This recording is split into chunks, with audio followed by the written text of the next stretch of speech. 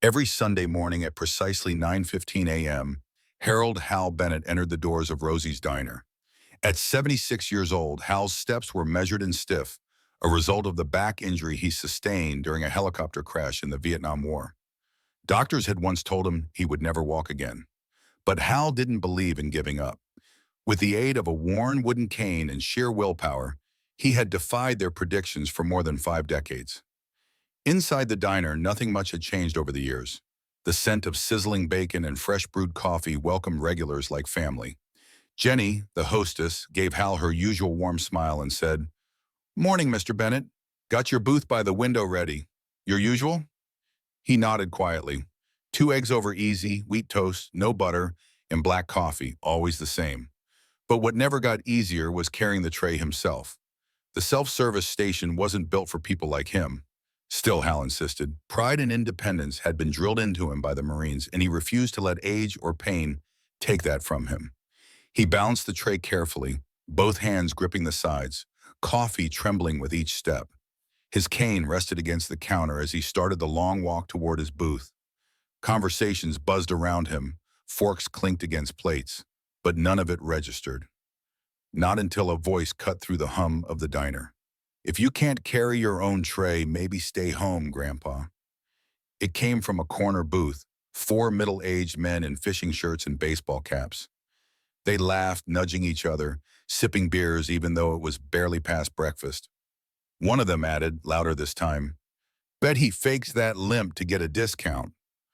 The laughter stung, though Hal kept walking, his eyes fixed on the sunlight waiting at his booth. The air in the diner shifted. Marissa, a waitress who had served Hal for years, hesitated by the kitchen, holding a coffee pot midair. Other customers lowered their gazes to their plates, pretending not to have heard. Hal's tray shook slightly. A fork clattered to the ground. He paused, considered bending down. It would hurt. It would be slow. But he would do it anyway, because that's what Marines do, and still, not a soul moved to help. As Hal began to lower himself toward the floor, one hand bracing against the edge of the table, another burst of laughter echoed from the corner booth. "I'd help," one man snorted, "but I don't do cosplay. Marines." The words weren't just disrespectful. They were meant to humiliate. But Hal's face didn't flinch. He had heard worse in the jungle of Quang Tri, had endured worse in the hospital room where they told him he'd never stand again. If there was one thing time couldn't take from him, it was discipline. He began the painful motion to reach for the fallen fork, his movements deliberate, steady, and full of dignity, even in discomfort. Marissa finally stepped forward, breaking her silence. She retrieved the fork and quietly replaced it with a clean one on Hal's tray. "I'm so sorry, Mr. Bennett," she whispered, her voice tight with anger. Hal gave a simple nod. "Not your fault," he replied softly, then sat down with the precision of a man who had folded 1,000 uniforms in perfect lines. The noise in the diner quieted, but the murmurs from the corner booth continued. Not as loud, but sharp enough to sting. "Probably never even served. That generation just likes to play hero," one said. "My cousin's in the Marines. He doesn't walk like that." Hal focused on his eggs. The fork in his hand trembled slightly. It wasn't just age.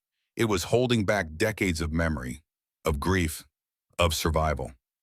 He had carried wounded friends through fire, dragged his own leg through muddy rice paddies, and returned home to a country that didn't always say thank you.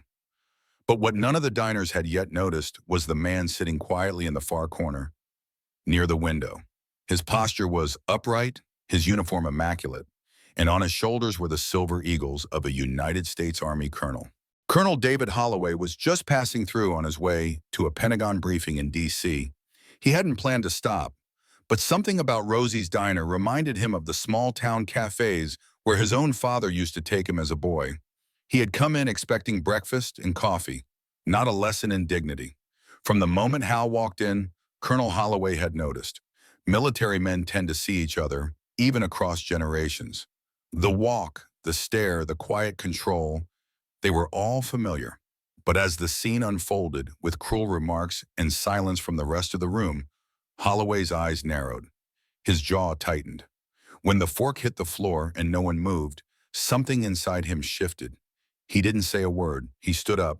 He didn't march across the room or confront the table of hecklers. Instead, he walked calmly to Hal's booth. In full uniform, the tall colonel bent down and picked up the fork that had been left on the floor. He placed it gently beside Hal's plate, then stepped back and stood at attention. Feet together, hands by his sides, back straight, not beside the booth, not opposite Hal, but directly behind him like a guard, like a fellow soldier standing watch. The diner froze. Utter silence. Forks stopped moving. Conversations died mid-sentence. Marissa froze at the coffee station. Jenny at the front counter stood taller without even realizing it.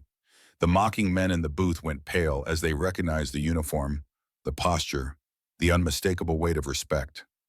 And Hal, he didn't say anything. He just paused his meal and looked into the reflection of the window beside him. In the glass, his eyes met those of the colonel. No salute, no words. Just the unspoken understanding of men who have lived what others mock from behind a beer glass. For a long, suspended moment, no one in Rosie's diner moved. Colonel Holloway remained standing behind Hal's booth, a living statue of respect and silent defiance. The silver eagles on his shoulders glinted under the soft diner lights, his gaze focused straight ahead. The men at the corner booth, who minutes ago had been so loud and amused, now sat frozen in an awkward hush. One of them fiddled nervously with his coffee mug. Another cleared his throat but said nothing. Then, perhaps emboldened by the discomfort or driven by bravado, one of the men finally spoke. "Hey, Colonel Sanders," he called out, a weak attempt at humor. "You backing him up or just showing off the uniform?" The words hung in the air, lifeless. Colonel Holloway didn't respond at first. He continued to stand tall behind Hal, the older man still quietly eating, refusing to break the rhythm of his meal. But there was a subtle shift in Hal's posture. His shoulders had lifted slightly, no longer burdened by the weight of silent humiliation. The colonel slowly reached into the breast pocket of his dress uniform. From inside, he pulled out a small, weathered plastic sleeve, the kind soldiers carried to protect precious photos from rain and time. He held it up high for all to see. The image inside was old and yellowed with age. It showed a younger version of Hal Bennett, leaner, stronger, his uniform dark with mud and sweat, carrying another wounded Marine through thick jungle brush. One leg of Hal's trousers was soaked in blood. His jaw was clenched. His eyes, even then, were filled with the same fierce determination that now guided his shaking hands through a plate of eggs. The diner held its breath. "This man," the colonel finally said, his voice deep but calm, "carried me out of a burning convoy in Vietnam. 3 miles, under enemy fire, with a bullet in his own leg." Silence deepened. Someone dropped a spoon. No one noticed. Colonel Holloway lowered the photo and looked straight at the corner booth. "Sergeant Harold Bennett is the reason I'm alive today. The reason I got to marry my wife, raise 2 sons, the reason I wear this rank." He turned to Hal. "Sir, I owe you my life, and I will not let another man disgrace you in front of me." Hal didn't stop eating, but his hand holding the fork paused just slightly. The revelation was one he had never shared at Rosie's, not because he was hiding it, but because men like him didn't talk about the past unless they had to. Some stories weren't meant to be retold at breakfast. The room was still. Finally, the man who had made the cosplay comment stood, his cheeks flushed with shame. We didn't know," he muttered. "You didn't ask," Holloway replied. Not angry, just honest.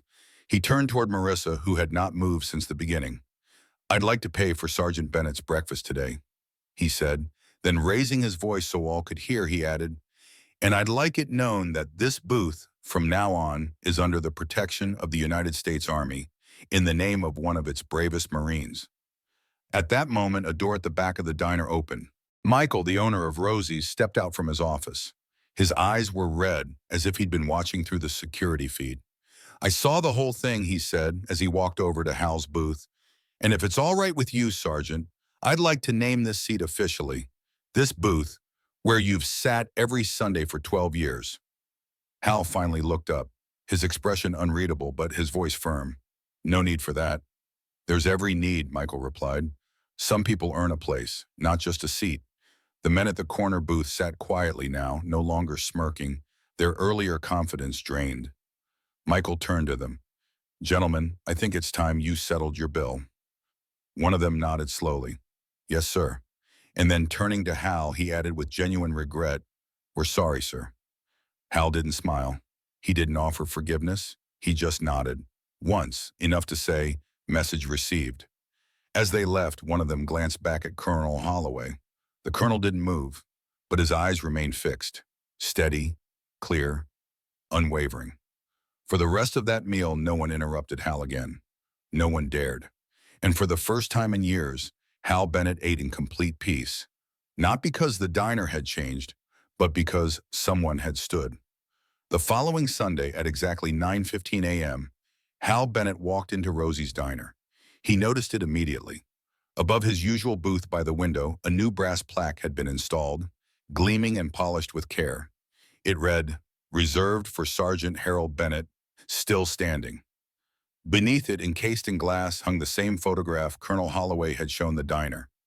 A younger Hal, muddy and bloodied, carrying a wounded Marine through the jungle. Hal paused for a brief moment, studying the plaque. He said nothing, but his hand came to rest gently on the edge of the booth. There was a quiet weight in his gaze, not pride, not nostalgia, something deeper, memory perhaps, or the heaviness of all the Sundays that came before this one. As he sat down, he glanced to the left and immediately recognized the four men from the previous week, the same ones who had mocked him. This time they weren't loud, they weren't drinking beers. They sat together at a table near the counter, heads low, conversation quiet. When they saw Hal, they stood. Not in mockery, but in humility. The man who had insulted him the most approached slowly, baseball cap in hand.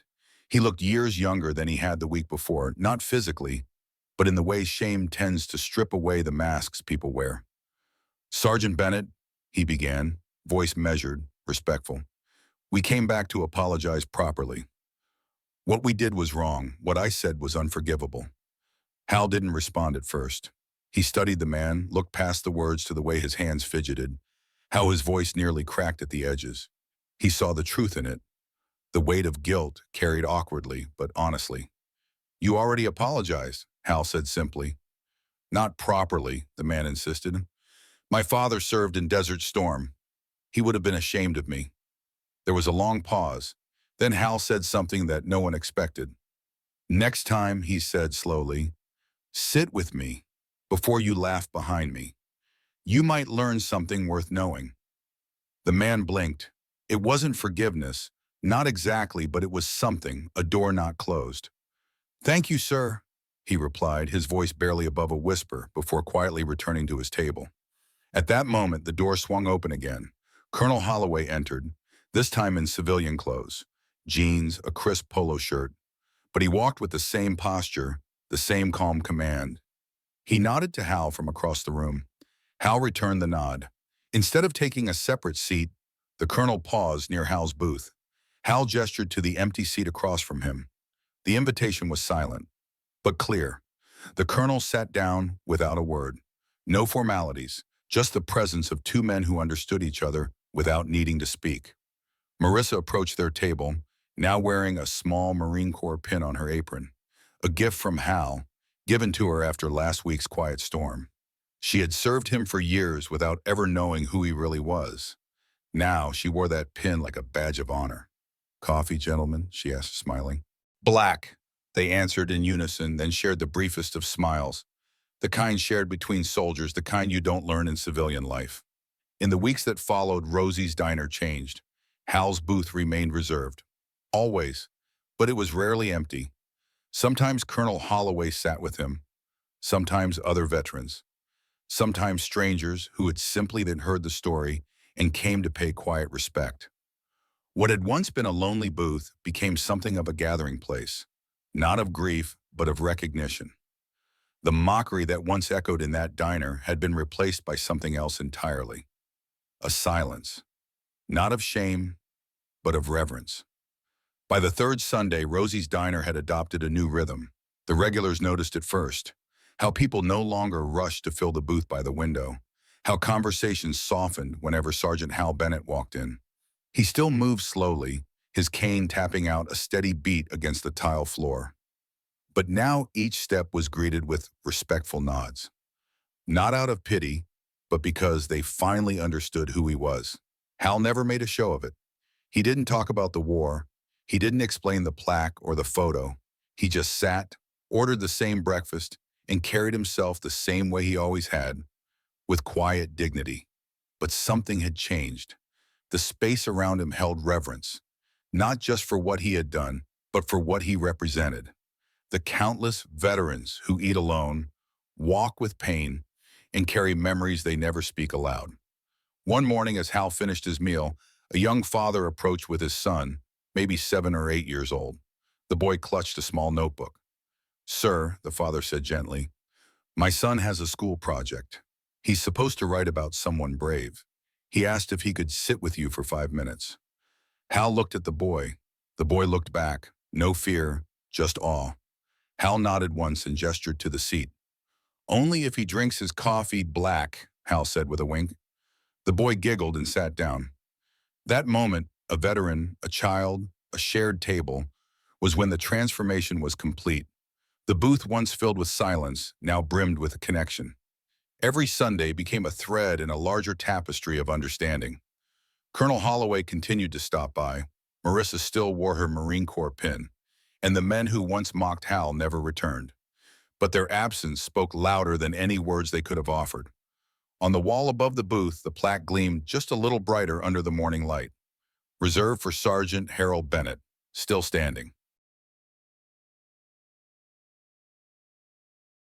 If this story touched your heart, we'd be honored to have you with us. Each day we share quiet moments that remind us what still matters. You can subscribe below to join us.